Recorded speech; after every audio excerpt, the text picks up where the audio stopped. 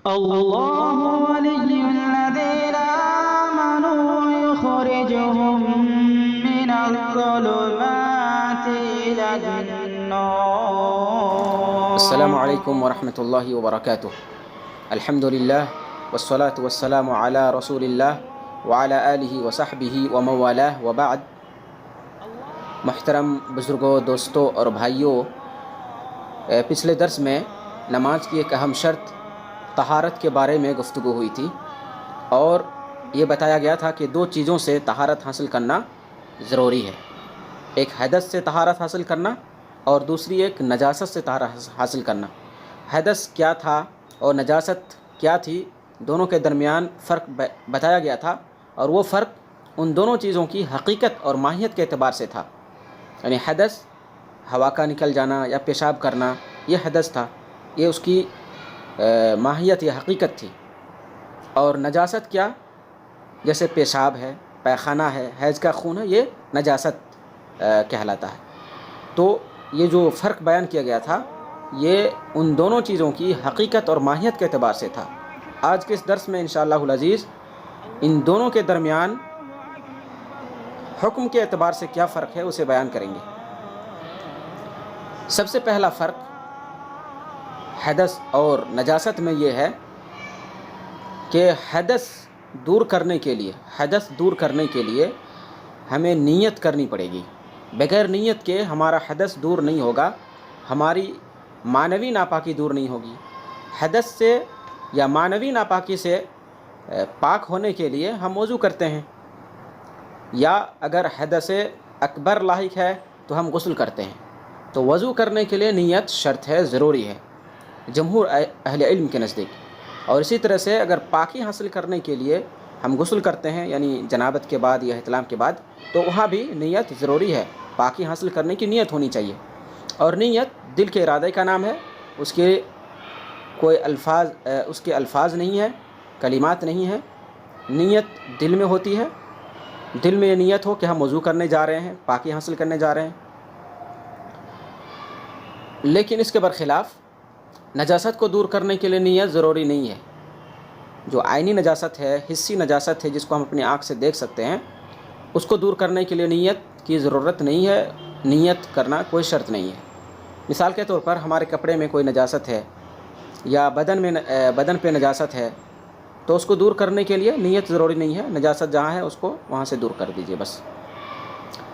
دوسرا فرق حدث اور نجاست میں یہ ہے کہ حدث کے باب میں انسان معذور نہیں ہوتا ہے لا علمی اور بھول کی بنیاد پر.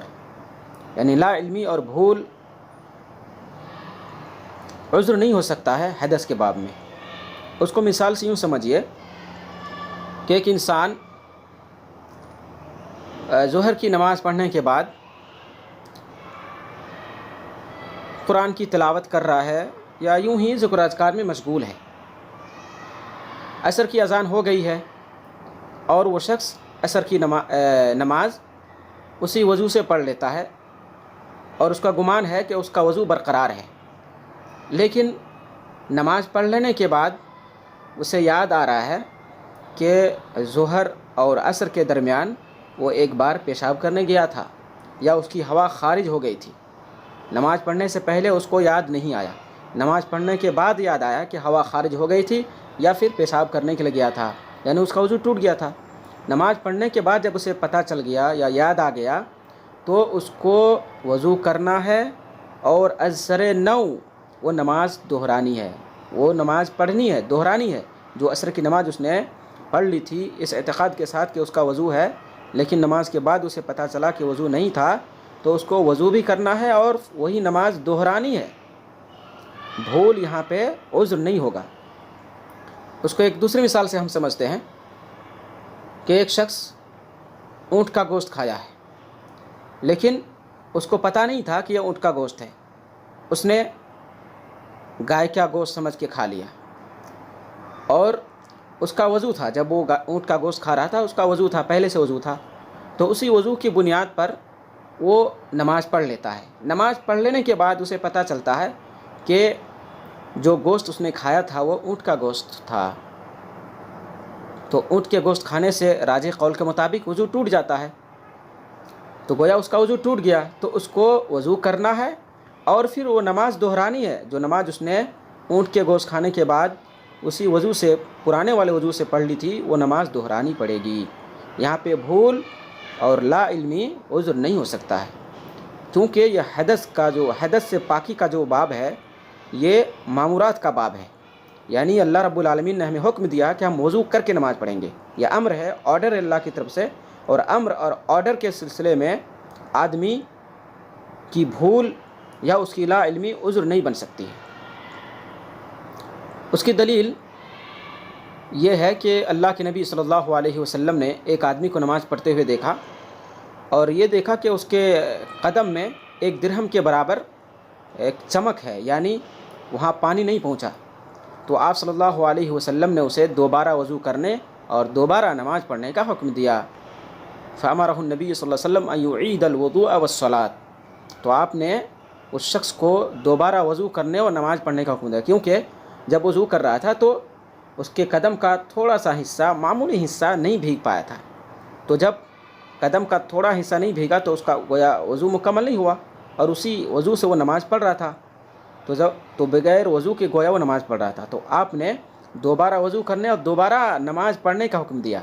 یہ نہیں کہا کہ جب تمہیں علم نہیں تھا اس کا، یعنی قدم کے اس معمولی حصے کے بھیگنے کا علم نہیں تھا تو تم معذور ہو۔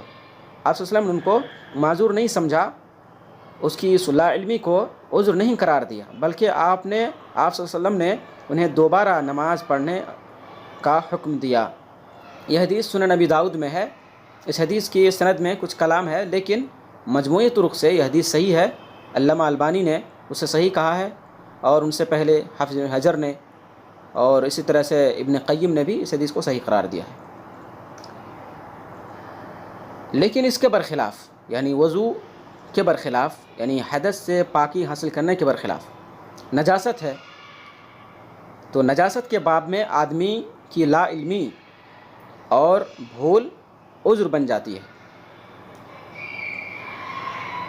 نجاست کے باب میں عینی نجاست یا جو ظاہر یا حصی نجاست ہے، اس باب میں آدمی معذور ہو جاتا ہے۔ اگر آدمی اس نجاست کو بھول گیا ہے یا اس نجاست کا علم نہیں تھا آدمی کو، اور لا علمی کی بنیاد پر اس نے نماز پڑھ لی ہے، حالانکہ اس کے بدن میں یا اس کے کپڑے پر نجاست تھی، تو اور نماز کے بعد اسے پتہ چل رہا ہے، تو اس کی نماز ہو جائے گی، دوبارہ نماز پڑھنے کی ضرورت نہیں ہے۔ اس کی دلیل حضرت ابو سعید خدری رضی اللہ تعالیٰ عنہ کی حدیث ہے، جو سنن ابی داؤد میں ہے، حدیث نمبر 650، اور یہ حدیث صحیح ہے۔ اللہ کے نبی صلی اللہ علیہ وسلم امامت فرما رہے تھے، حضرت جبریل علیہ السلام آئے اور آپ کو یہ خبر دی کہ آپ کے جوتے میں گندگی ہے۔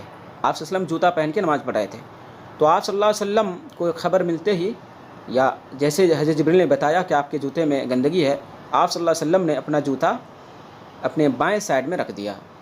جب صحابہ کرام نے آپ صلی اللہ علیہ وسلم کو اپنا جوتا بائیں سائڈ میں رکھتے دیکھا، تو صحابہ کرام نے بھی اپنے جوتے نکال کر بائیں سائڈ میں رکھ لیے۔ نماز سے فارغ ہوئے تو آپ صلی اللہ علیہ وسلم نے پوچھا کہ آپ لوگوں نے اپنے جوتے کیوں نکالے؟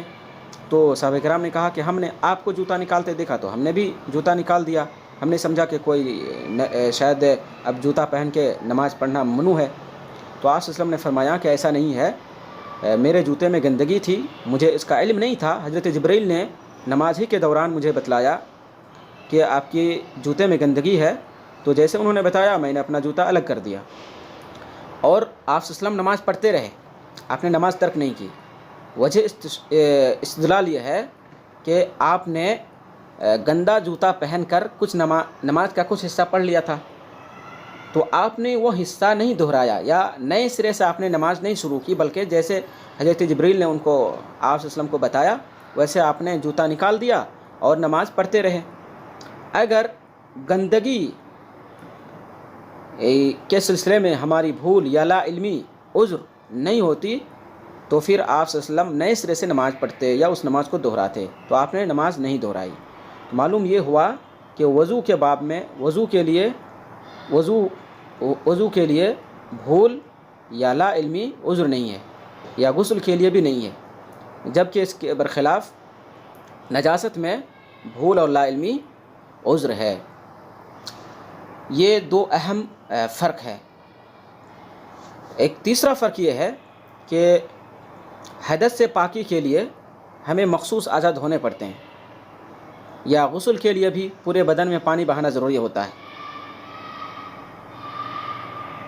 اور اس کے برخلاف گندگی دور کرنے کے لیے ہمیں مخصوص اعضاء دھونے کی ضرورت نہیں ہے۔ جس جگہ گندگی ہے اسے دور کر دینا ہے، بدن کے جس حصے پر ہے یا کپڑے کے جس حصے پر ہے اس کو دور کر دینا ہے، اس کے لیے مخصوص اعضاء دھونے کی ضرورت نہیں ہے۔ لیکن وضو کے لیے، غسل کے لیے مخصوص اعضاء دھونے ضروری ہوتے ہیں۔ چوتھا فرق یہ ہے کہ ہمارا معنوی ناپاکی یعنی حدث کو ہم صرف پانی سے ہی دور کر سکتے ہیں، یا پانی نہ ہونے پر یا پانی استعمال نہ کر سکنے کی بنیاد پر مٹی کا استعمال کر سکتے ہیں۔